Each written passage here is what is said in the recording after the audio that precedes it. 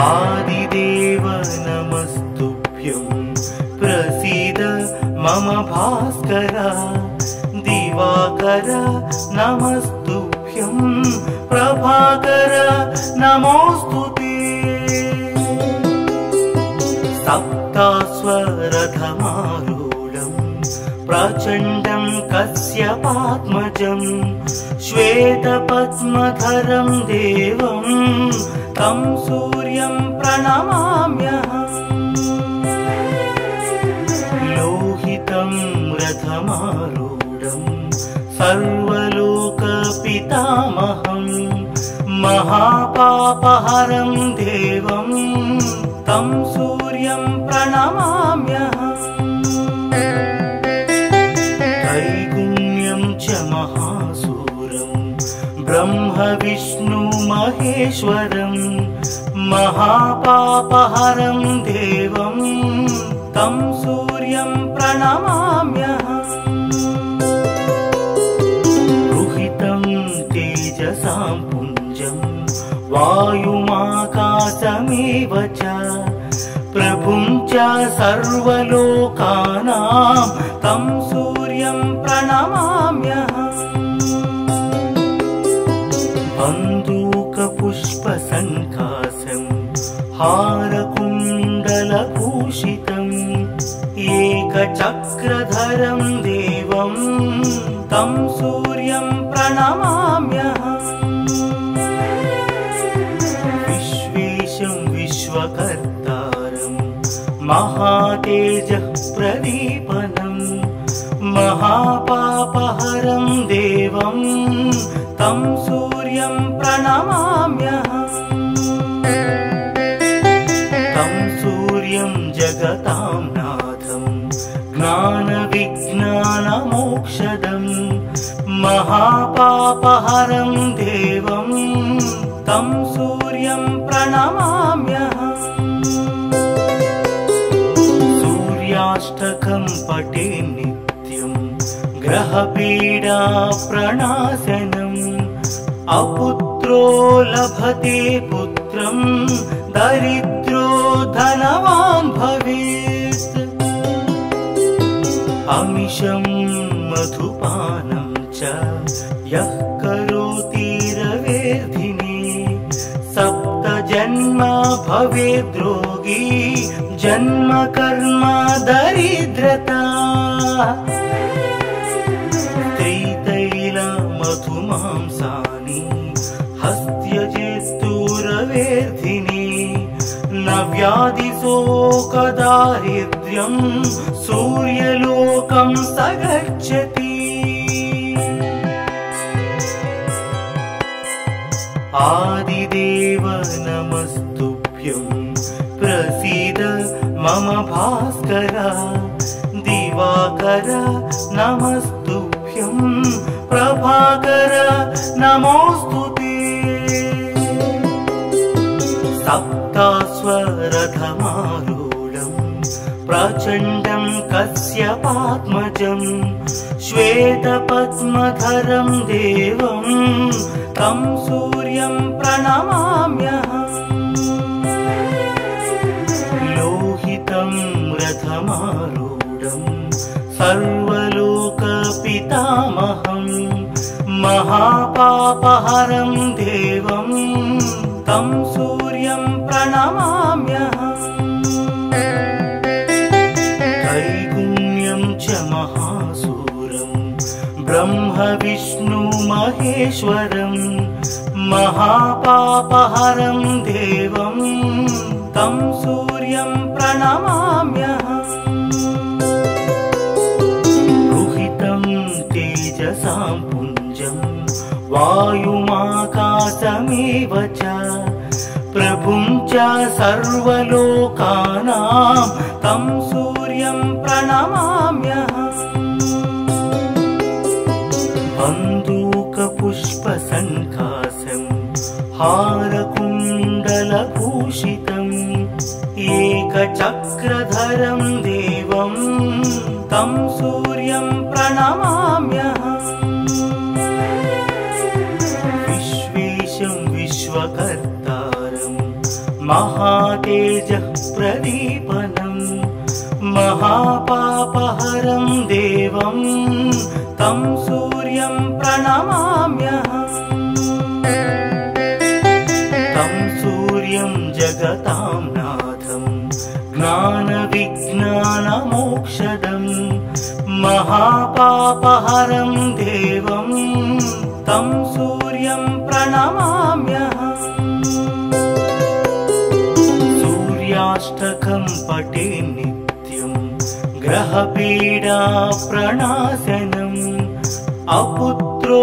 लभते पुत्रं दरिद्रो धनवान् भवेत् अमिषं मधुपानं च यः करोति रवेर्धिने सप्त जन्म भवेद्रोगी जन्म कर्म दरिद्रता त्रितैल मधुमांसानि हस्त्यजेस्तुरवेर्धिने न व्याधिशोकदारिद्र्यं सूर्यलोकं स गच्छति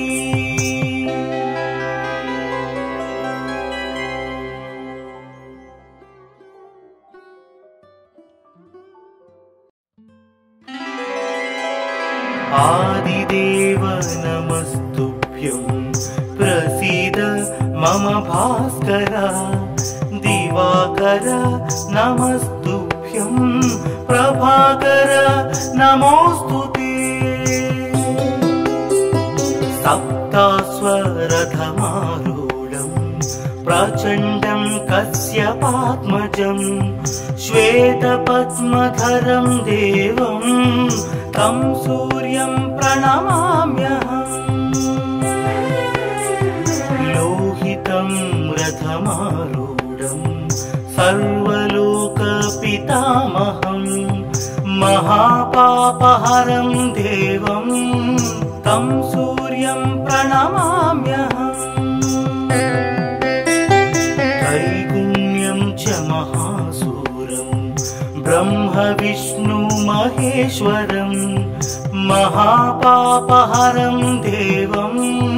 तं सूर्यं प्रणमाम्यहम् रुहितं तेजसां पुञ्जं वायुमाकाशमेव च प्रभुं च सर्वलोकानां तं सूर्यं प्रणमाम्यहम्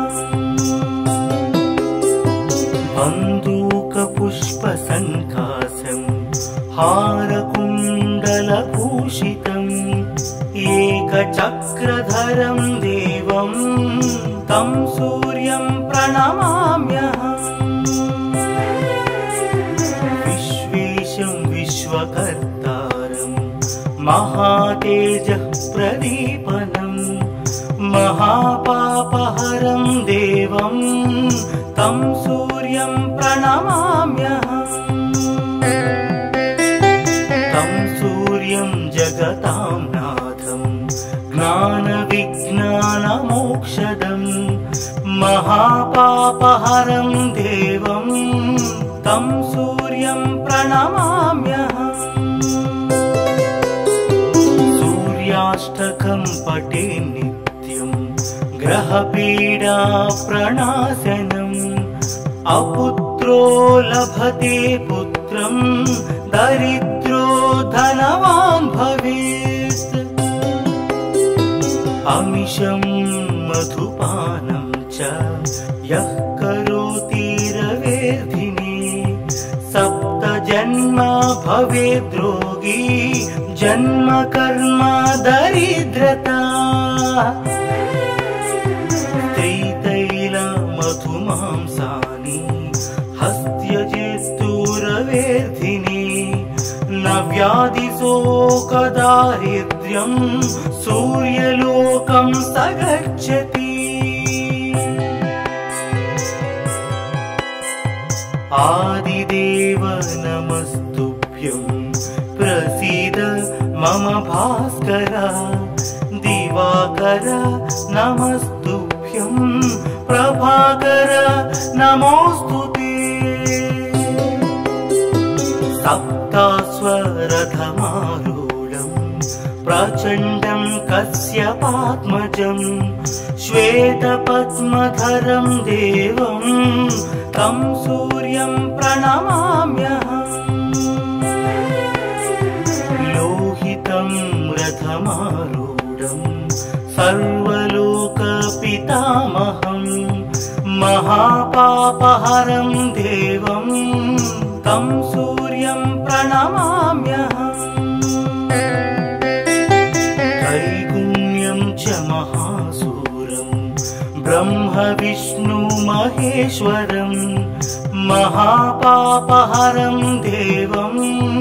तं सूर्यं प्रणमाम्यहम्।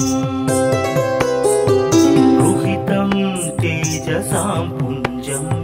वायुमाकाशमेव च प्रभुं च सर्वलोकानां तं सूर्यं प्रणमाम्यहम्। बन्दूकपुष्पसङ्काशं हारकुण्डलभूषितम् एकचक्रधरं देवं तं सूर्यं प्रणमाम्यहम्। विश्वेशं विश्वकर्तारं महातेजः प्रदीपनं महापापहरं देवं तं सूर्यं प्रणमाम्यहम्। तं सूर्यं जगतां नाथं ज्ञानविज्ञानमोक्षदं महापापहरं देवं तं सूर्यं प्रणमाम्यहम्। सूर्याष्टकं पठे नित्यं ग्रहपीडा प्रणाशनम् अपुत्रो लभते पुत्रं दरिद्रो धनवान् भवेत्। अमिषं मधुपानं च यः करोति रवेर्धिने सप्तजन्म भवेद्रोगी जन्म कर्म दरिद्रता। त्रितैलमधुमांसानि हस्त्यजेस्तुरवेर्धिने न व्याधिशोकदारिद्र्यं सूर्यलोकं स गच्छति।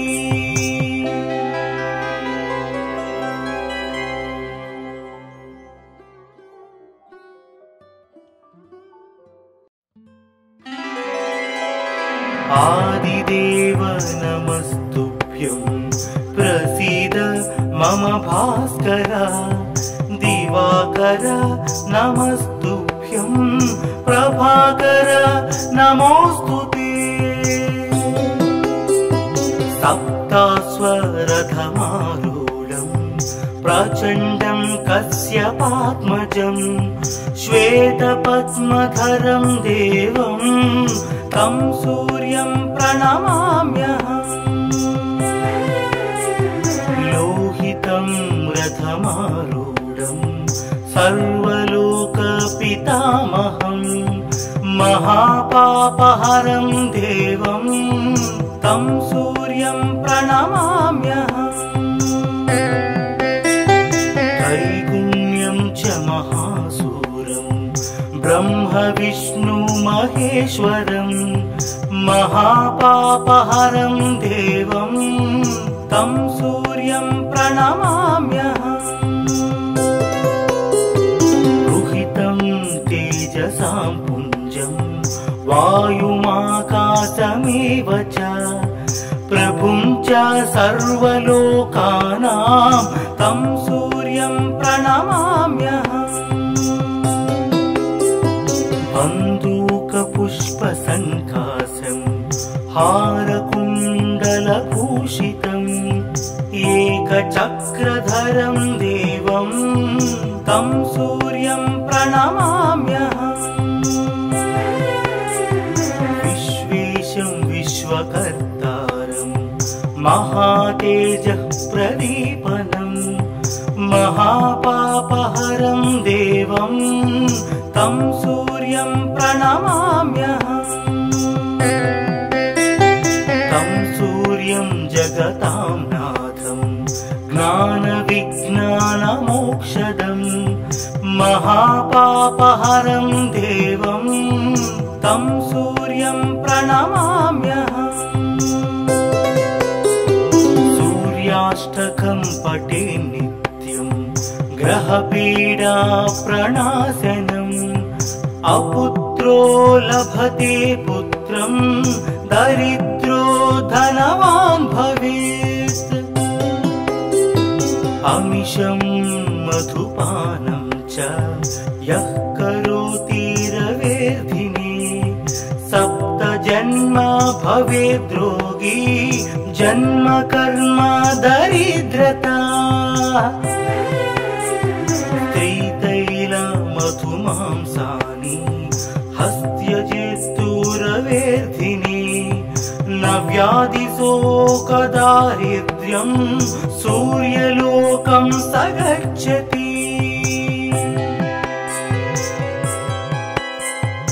आदिदेव नमस्तुभ्यं प्रसीद मम भास्कर दिवाकर नमस्तुभ्यं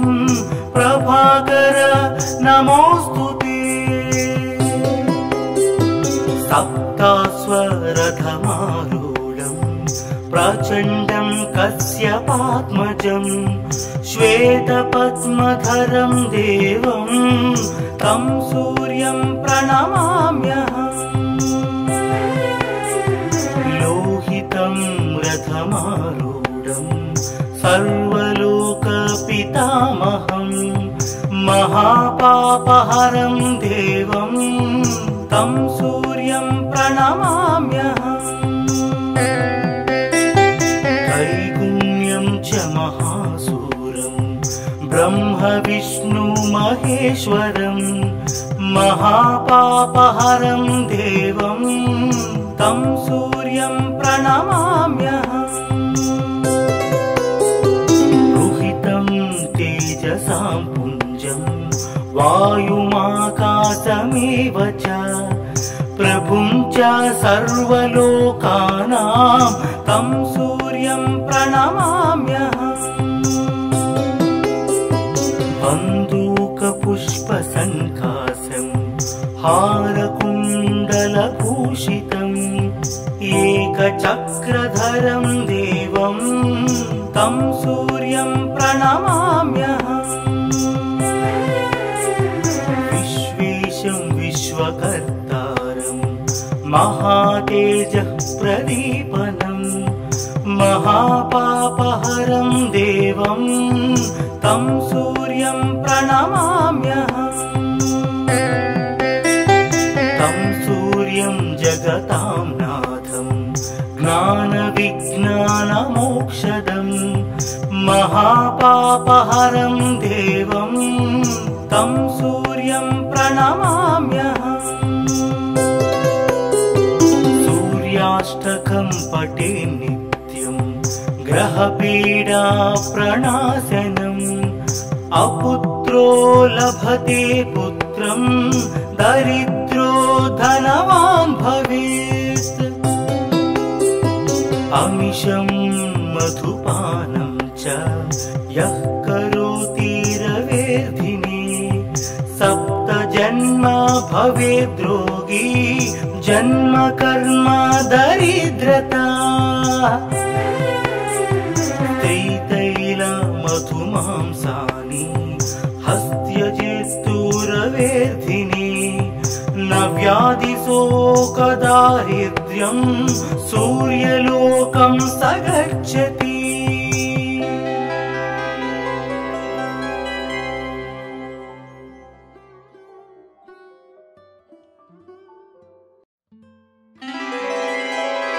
आदिदेव नमस्तुभ्यं प्रसीद मम भास्कर दिवाकर नमस्तुभ्यं प्रभाकर नमोस्तुते सप्तास्वरथमारूढं प्रचण्डं कश्यपात्मजं श्वेतपद्मधरं देवं तं सूर्यं प्रणमाम्यहम्। लोहितं रथमारूढं सर्वलोकपितामहं महापापहरं देवं तं सूर्यं प्रणमाम्यहम्। त्रैगुण्यं च महासूरं ब्रह्म विष्णु महेश्वरं महापापहरं देवं तं सूर्यं प्रणमाम्यहम्। रुहितं तेजसां पुञ्जं वायुमाकाशमेव च प्रभुं च सर्वलोकानां तं सूर्यं प्रणमाम्यहम्। बन्दूकपुष्पसङ्काशं हारकुण्डलभूषितम् एकचक्रधरं देवं तं सूर्यं प्रणमाम्यहम्। विश्वेशं विश्वकर्तारं महातेजः प्रदीपनं महापापहरं देवं तं सूर्यं प्रणमाम्यहम्। तं सूर्यं जगतां नाथं ज्ञानविज्ञानमोक्षदं महापापहरं देवं तं सूर्यं प्रणमाम्यहम्। सूर्याष्टकं पठे नित्यं ग्रहपीडा प्रणाशनम् अपुत्रो लभते पुत्रं दरिद्रो धनवान् भवेत्। अमिषं मधुपानं च यः करोति रवेर्धिने सप्तजन्म भवेद्रोगी जन्म कर्म दरिद्रता। त्रितैलमधुमांसानि हस्त्यजेस्तुरवेर्धिने न व्याधिशोकदारिद्र्यं सूर्यलोकं स गच्छति। आदिदेव नमस्तुभ्यं प्रसीद मम भास्कर। दिवाकर नमस्तुभ्यं प्रभाकर नमोऽस्तुते। सप्ताश्वरथमारूढं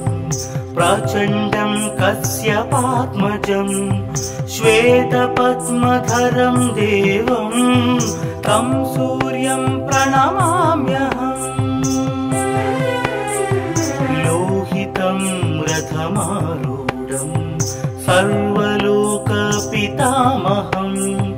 महापापहरं देवं तं सूर्यं प्रणमाम्यहम्। त्रैगुण्यं च महासूरं ब्रह्म विष्णु महेश्वरं महापापहरं देवं तं सूर्यं प्रणमाम्यहम्। रुहितं तेजसां पुञ्जं वायुमाकाशमेव च प्रभुं च सर्वलोकानां तं सूर्यं प्रणमाम्यहम्। बन्दूकपुष्पसङ्काशं हारकुण्डलभूषितम् एकचक्रधरं देवं तं सूर्यं प्रणमाम्यहम्। विश्वेशं विश्वकर्तारं महातेजः प्रदीपनं महापापहरं देवं तं सूर्यं प्रणमाम्यहम्। तं सूर्यं जगतां नाथं ज्ञानविज्ञानमोक्षदं महापापहरं देवं तं सूर्यं प्रणमाम्यहम् सूर्याष्टकं पठे नित्यं ग्रहपीडा प्रणाशनम् अपुत्रो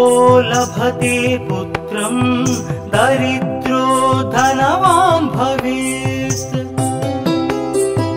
अमिषं मधुपानं च यः करोति रवेर्धिने सप्त जन्म भवेद्रोगी जन्म कर्म दरिद्रता त्रितैल मधुमांसानि हस्त्यजेस्तुरवेर्धिने न व्याधिशोकदारिद्र्यं सूर्यलोकं स गच्छति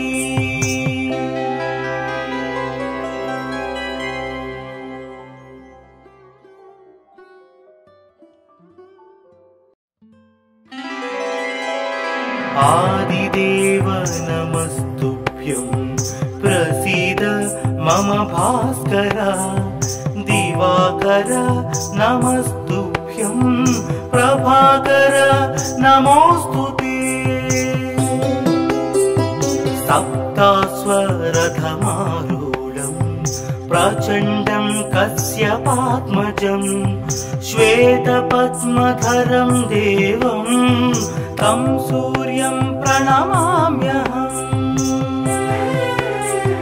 लोहितं रथमारूढं सर्वलोकपितामहं महापापहरं देवं तं सूर्यं प्रणमाम्यहम् त्रैगुण्यं च महासूरं ब्रह्म विष्णु महेश्वरं महापापहरं देवं तं सूर्यं प्रणमाम्यहम् रुहितं तेजसां पुञ्जं वायुमाकाशमेव च प्रभुं च सर्वलोकानां तं सूर्यं प्रणमाम्यहम् बन्दूकपुष्पसङ्काशं हारकुण्डलभूषितम् एकचक्रधरं देवं तं सूर्यं प्रणमाम्यहम् विश्वेशं विश्वकर्तारं महातेजः प्रदीपनम् महापापहरं देवं तं सूर्यं प्रणमाम्यहम् तं सूर्यं जगतां नाथं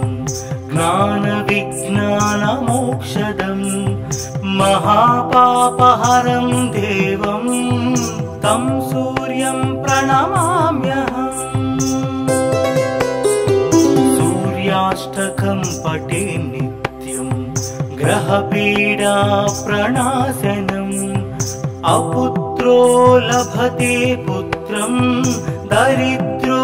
धनवान् भवेत् अमिषं मधुपानं च यः करोति रवेर्धिने सप्त जन्म भवेद्रोगी जन्म कर्म दरिद्रता त्रितैल मधुमांसानि हस्त्यजेस्तुरवेर्धिने न व्याधिशोकदारिद्र्यं सूर्यलोकं स गच्छति आदिदेव नमस्तुभ्यं प्रसीद मम भास्कर दिवाकर नमस्तुभ्यं प्रभाकर नमोस्तुते सप्तास्वरथमारूढं प्रचण्डं कश्यपात्मजं श्वेतपद्मधरं देवं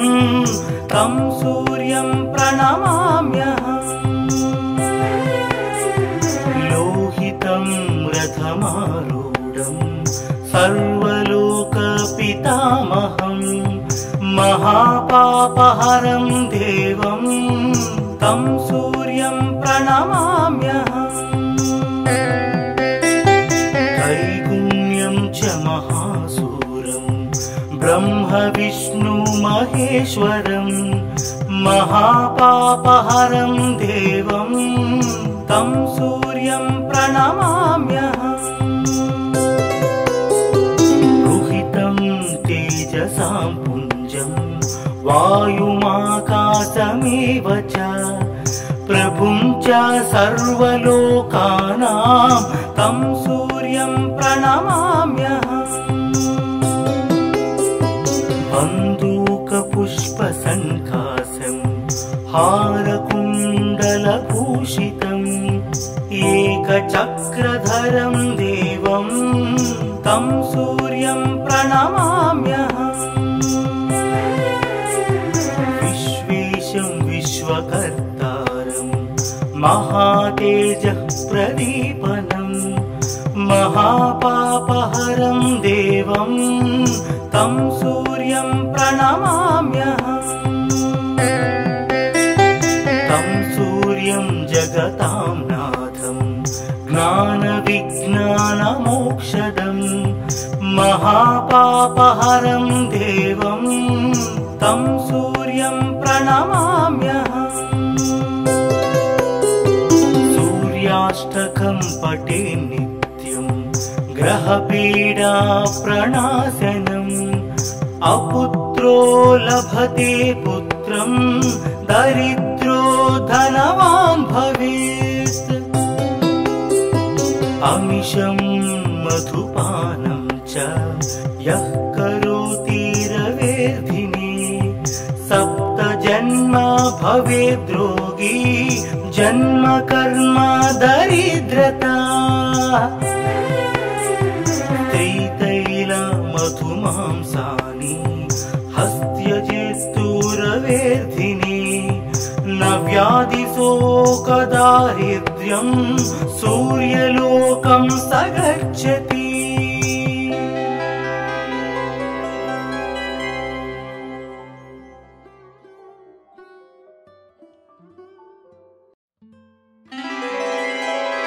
आदिदेव नमस्तुभ्यं प्रसीद मम भास्कर दिवाकर नमस्तुभ्यं प्रभाकर नमोस्तुते सप्तास्वरथमारूढं प्रचण्डं कश्यपात्मजं श्वेतपद्मधरं देवं तं सूर्यं प्रणमाम्यहम् लोहितं रथमारूढं सर्वलोकपितामहं महापापहरं देवं तं सूर्यं प्रणमाम्यहम्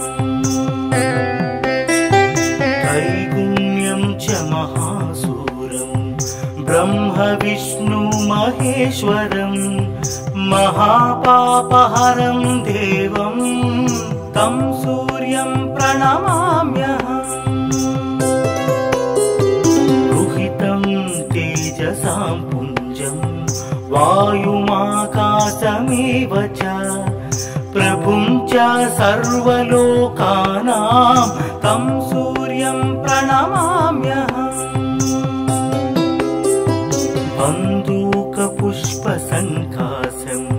हारकुण्डलभूषितम् एकचक्रधरं देवं तं सूर्यं प्रणमाम्यहम् विश्वेशं विश्वकर्तारं महातेजः प्रदीपनं महापापहरं देवं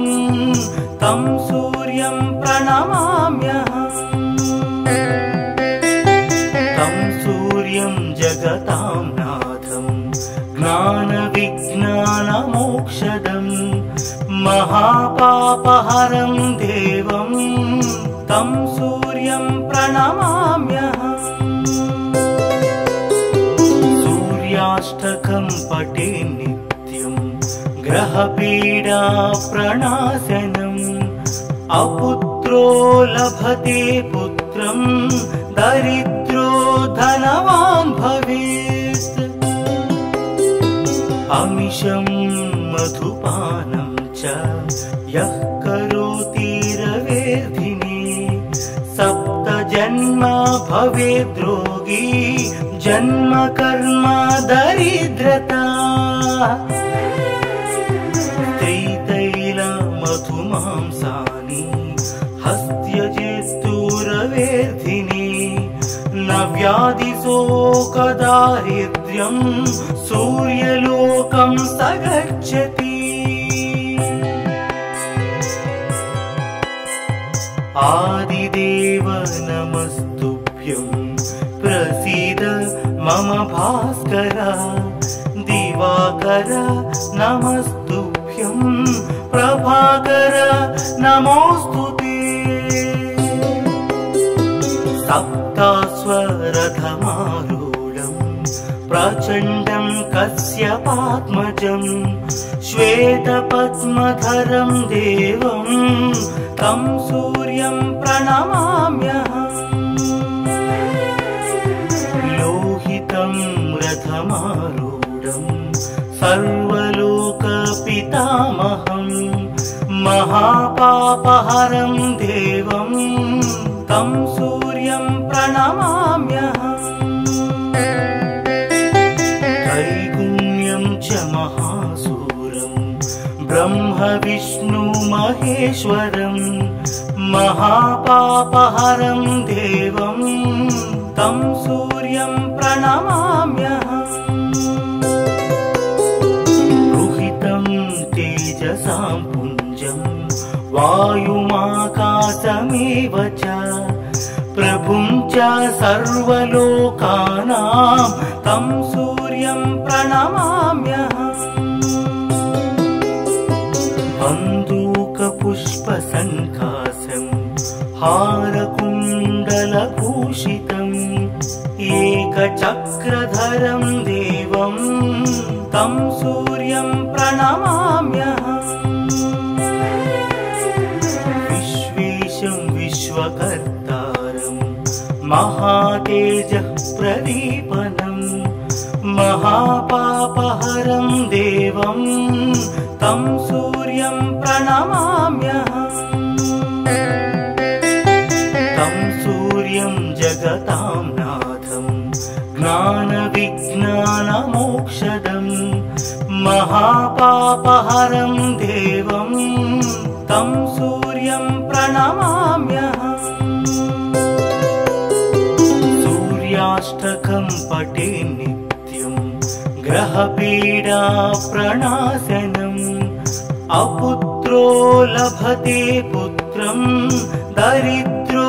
धनवान् भवेत् अमिषं मधुपानं च यः करोति रवेर्धिने सप्त जन्म भवेद्रोगी जन्म कर्म दरिद्रता त्रितैल मधुमांसानि हस्त्यजेस्तुरवेर्धिने न व्याधिशोकदारिद्र्यं सूर्यलोकं स गच्छति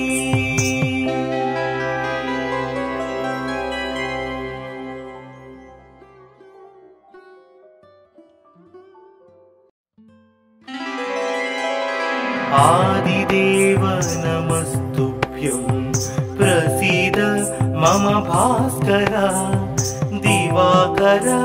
नमस्तुभ्यं प्रभाकर नमोस्तुते सप्तास्वरथमारूढं प्रचण्डं कश्यपात्मजं श्वेतपद्मधरं देवं तं सूर्यं प्रणमाम्यहम् लोहितं रथमारूढं सर्वलोकपितामहं महापापहरं देवं तं सूर्यं सूर्यं प्रणमाम्यहम् त्रैगुण्यं च महासूरं ब्रह्म विष्णु महेश्वरं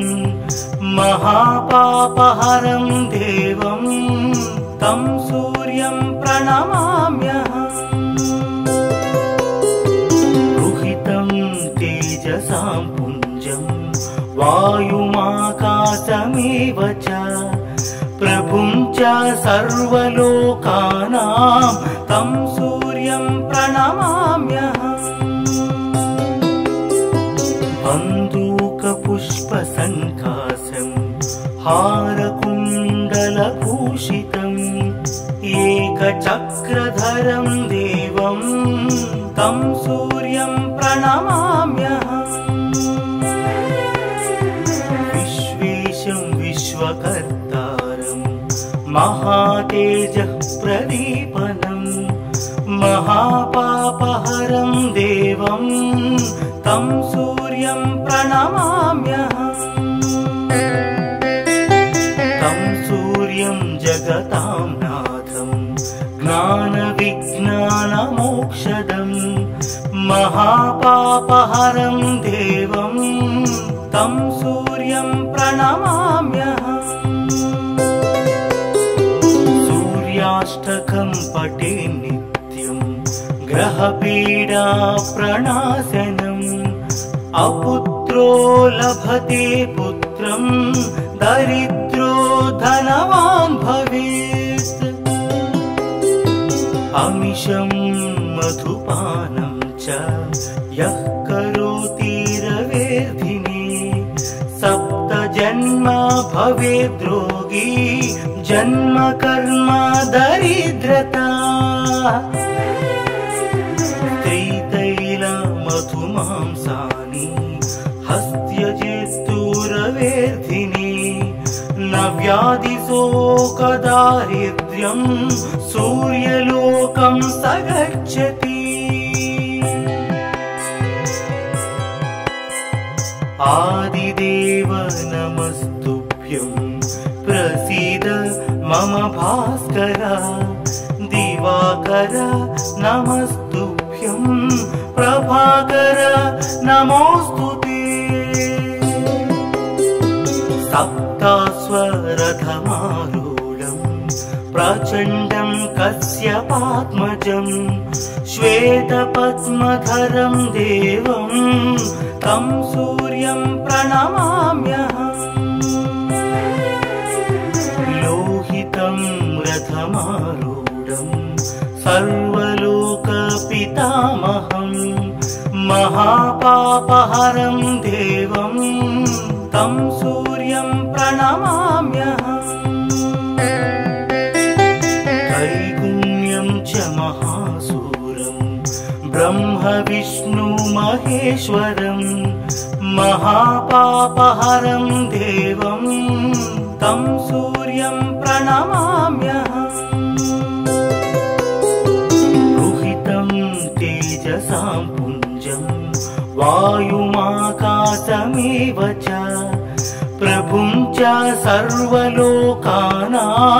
तं सूर्यं प्रणमाम्यहम् बन्दूकपुष्पसङ्काशं हारकुण्डलभूषितम् एकचक्रधरं देवं तं सूर्यं प्रणमाम्यहम् विश्वेशं विश्वकर्तारं महातेजः प्रदीपनं महापापहरं देवं तं सूर्यं प्रणमाम्यहम् तं सूर्यं जगतां नाथं ज्ञानविज्ञानमोक्षदं महापापहरं देवं तं सूर्यं प्रणमाम्यहम् सूर्याष्टकं पठे नित्यं ग्रहपीडा प्रणाशनम् अपुत्रो लभते पुत्रं दरिद्रो धनवान् भवेत् अमिषं मधुपानं च यः करोति रवेर्धिने सप्त जन्म भवेद्रोगी जन्म कर्म दरिद्रता त्रितैल मधुमांसानि हस्त्यजेस्तु रवेर्धिने न व्याधिशोकदारिद्र्यं सूर्यलोकं स गच्छति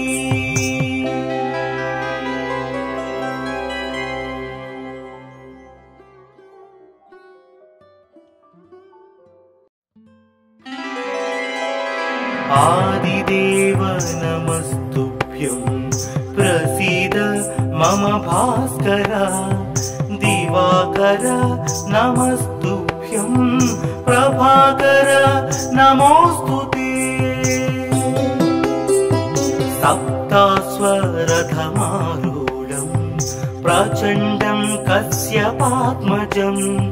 श्वेतपद्मधरं देवं तं सूर्यं प्रणमाम्यहम् लोहितं रथमारूढं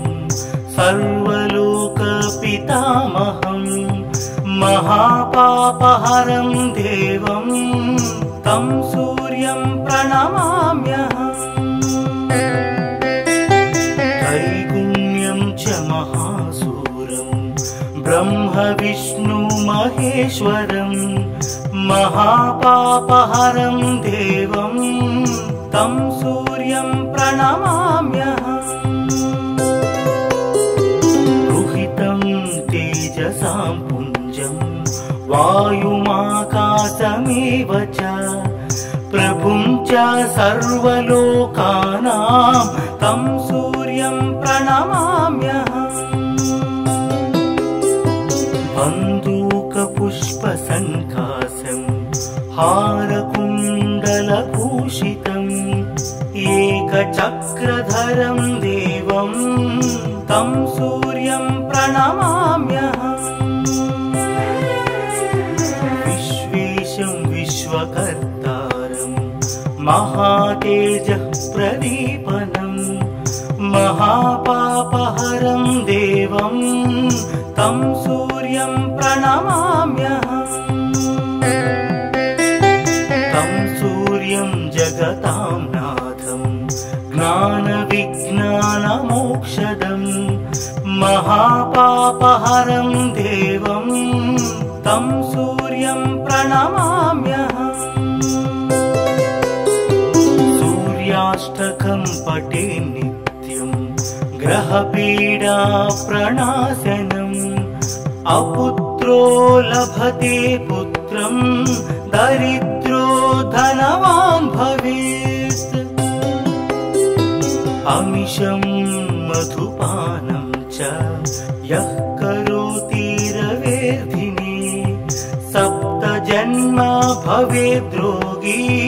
जन्म कर्म दरिद्रता त्रितैल मधुमांसानि हस्त्यजेस्तु रवेर्धिने न व्याधिशोकदारिद्र्यं सूर्यलोकं स गच्छति आदिदेव नमस्तुभ्यं प्रसीद मम भास्कर दिवाकर नमस्तुभ्यं प्रभाकर नमोस्तुते सप्तास्वरथमारूढं प्रचण्डं कश्यपात्मजं श्वेतपद्मधरं देवं तं सूर्यं प्रणमाम्यहम् लोहितं रथमारूढं सर्वलोकपितामहं महापापहरं देवं तं सूर्यं प्रणमाम्यहम् त्रैगुण्यं च महासूरं ब्रह्म विष्णु महेश्वरं महापापहरं देवं तं सूर्यं प्रणमाम्यहम्। रुहितं तेजसां पुञ्जं वायुमाकाशमेव च प्रभुं च सर्वलोकानां तं सूर्यं प्रणमाम्यहम्। बन्दूकपुष्पसङ्कासं हारकुण्डलभूषितम् एकचक्रधरं देवं तं सूर्यं प्रणमाम्यहम्। विश्वेशं विश्वकर्तारं महातेजः प्रदीपनं महापापहरं देवं तं सूर्यं प्रणमाम्यहम्। तं सूर्यं जगतां नाथं ज्ञानविज्ञानमोक्षदं महापापहरं देवं तं सूर्यं प्रणमाम्यहम्। सूर्याष्टकं पठे नित्यं ग्रहपीडा प्रणाशनम् अपुत्रो लभते पुत्रं दरिद्रो धनवान् भवेत्। अमिषं मधुपानं च यः करोति रवेर्धिने सप्तजन्म भवेद्रोगी जन्म कर्म दरिद्रता। स्त्रीतैलमधुमांसानि हस्त्यजेत्तुरवेर्धिने न व्याधिशोकदारिद्र्यं सूर्यलोकं स गच्छति।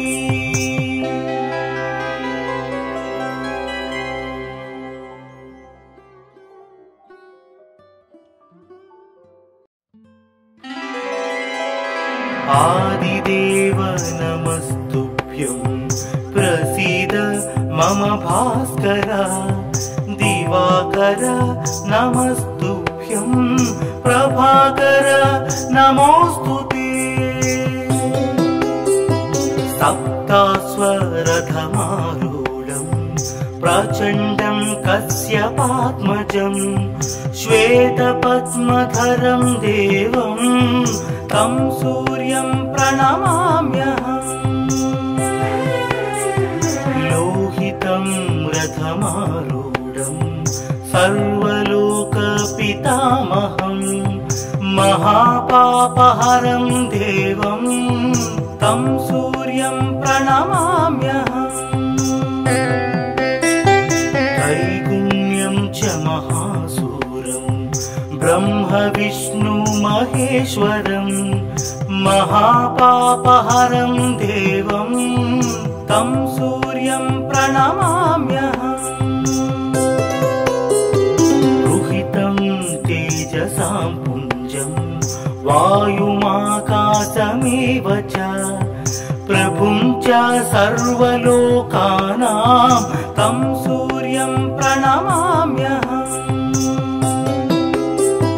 बन्दूकपुष्पसङ्कासं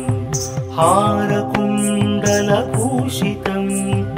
एकचक्रधरं देवं तं सूर्यं प्रणमाम्यहम्।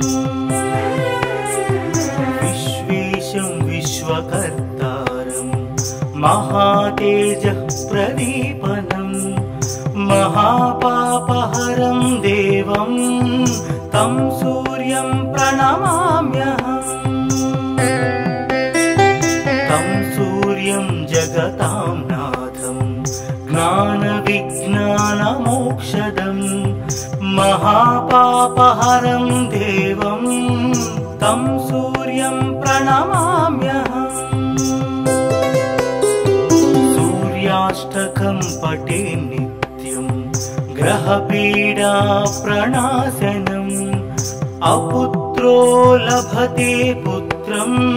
दरिद्रो धनवान् भवेत्। अमिषं मधुपानं च यः करोति रवेर्धिने सप्त जन्म भवेद्रोगी जन्म कर्म दरिद्रता मधुमांसानि हस्त्यजेस्तूरवेर्धिनि न व्याधिशोकदारिद्र्यं सूर्यलोकं स गच्छति आदिदेव नमस्तुभ्यं प्रसीद मम भास्कर दिवाकर नमस्तुभ्यं प्रभाकर नमोस्तुते सप्तास्वरथमारूढं प्रचण्डं कश्यपात्मजं श्वेतपद्मधरं देवं तं सूर्यं प्रणमाम्यहम् लोहितं रथमारूढं सर्वलोकपितामहं महापापहरं देवं तं सूर्यं प्रणमाम्यहम् त्रैगुण्यं च महासूरं ब्रह्म विष्णु महेश्वरं महापापहरं देवं तं सूर्यं प्रणमाम्यहम् तेजसां पुञ्जं वायुमाकाशमेव च प्रभुं च सर्वलोकानां तं सूर्यं प्रणमाम्यहम् बन्दूकपुष्पसङ्काशं हारकुण्डलभूषितम् एकचक्रधरं देवं तं सूर्यं प्रणमाम्यहम् विश्वेशं विश्वकर्तारं महातेजः प्रदीपनं महापापहरं देवं तं सूर्यं प्रणमाम्यहम् तं सूर्यं जगतां नाथं ज्ञानविज्ञानमोक्षदं महापापहरं देवं तं सूर्यं प्रणमाम्यहम् सूर्याष्टकं पठे नित्यं ग्रहपीडा प्रणाशनम् अपुत्रो लभते पुत्रं दरिद्रो धनवान् भवेत् अमिषं मधुपानं च यः करोति रवेर्धिनि सप्त जन्म भवेद्रोगी जन्म कर्म दरिद्रता मधुमांसानि हस्त्यजेस्तूरवेर्धिनि न व्याधिशोकदारिद्र्यं सूर्यलोकं